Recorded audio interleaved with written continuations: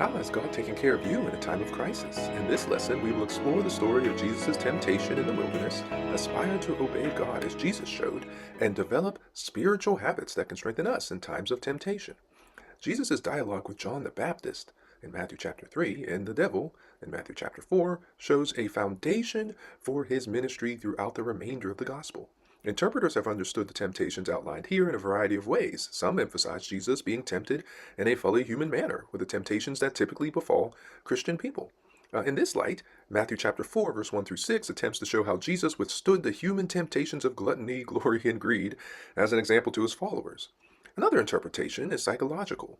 Consequently, the temptations of Jesus shows how faithful people can overcome the temptations of materialism, self-centered actions, and power over the world. Which brings us to our key verse for today, which reads, "Get out of here, Satan," Jesus told him, "for the scriptures say you must worship the Lord your God and serve only him." Matthew chapter 4, verse 10. The role of the Spirit in leading Jesus to the wilderness should be taken as a model for the whole ministry of Jesus to come. Mountainous wilderness can be found immediately outside the Jordan Valley. The word wilderness refers to Matthew chapter 3, verse 1 and 3, and other elements that form a typology based on the Old Testament testing of Israel in the wilderness. The agency of the devil in this verse is essential to understanding what it means for Jesus to be tempted.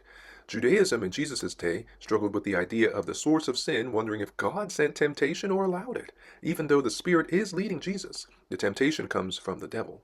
James clearly teaches that God does not tempt people in James 1, verse 13 and 14. However, the sense that God was involved was never lost in Jewish thought.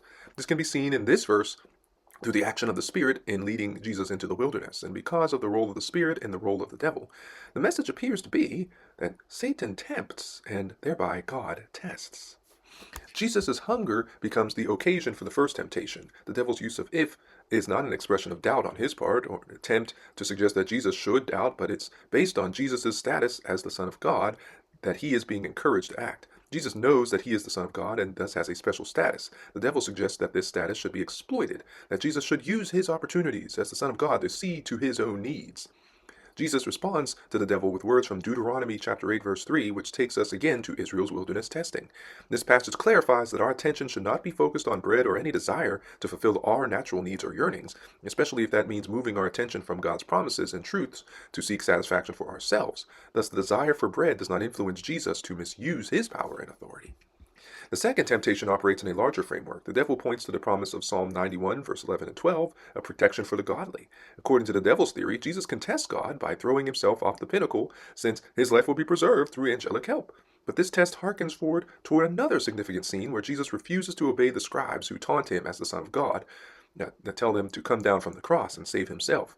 Jesus resists Satan's twisted logic. In response, he quotes Deuteronomy 6, verse 16, where the Israelites were admonished to accept God's pledge that he will do well by the people. Again, despite the particularity of the temptation in the specific case of Jesus, its fundamental form is not different from any temptation that faces other human beings.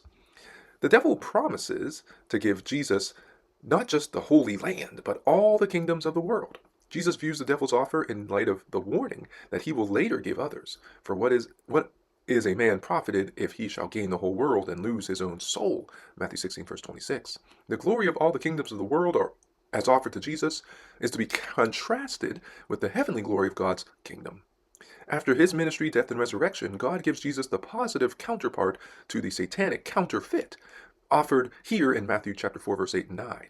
With Jesus' climactic rebuke, Jesus knows the ends would not have justified the means had he worshipped Satan to gain the world.